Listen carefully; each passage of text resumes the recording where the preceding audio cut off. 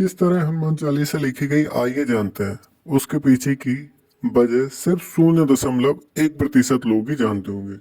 बहुत कम लोग जानते हैं कि सिर्फ एक अर्थी की वजह से इतनी शक्तिशाली रचना का निर्माण हुआ।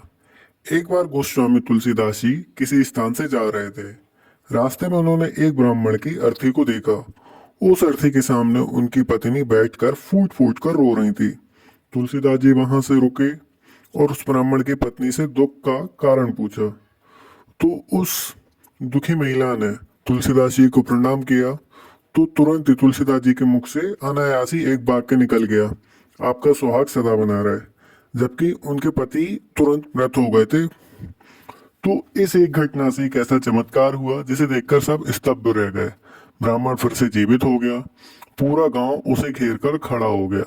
लेकिन जब ये खबर मुगल बादशाह अकबर को लगी तो उन्होंने तुरंत तुलसीदास जी को महल में बुलाया और पूछा कि तुमने एक मरे हुए इंसान को कैसे जीवित कर दिया। तुलसीदास जी ने शांत स्वर में कहा, मैं तो केवल राम का एक भक्त हूँ, मैंने कोई चमत्कार नहीं किया। लेकिन अकबर ने उत्तर स्वीकार नहीं किया और बिना किसी अपराध के तुलसीदास जी को जेल में डाल दिया। और यहीं से शुरुआत हुई एक ऐसी रचना की जिसकी हर चौपाई में मानव जीवन के कष्टों का समाधान छिपा हुआ है।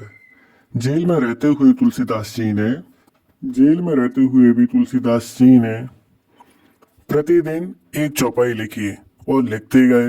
दिन बीतते गए, चौपाई पूरी होती गई और जब 40वें दिन 40 चौपाई पूरी हुई तभी अकबर के महल पर लाखों बंदरों ने अचानक हमला कर दिया। अकबर की पूरी सेना इतने हमलावर बंदरों की भगदड़ से काफी परेशान हो गया।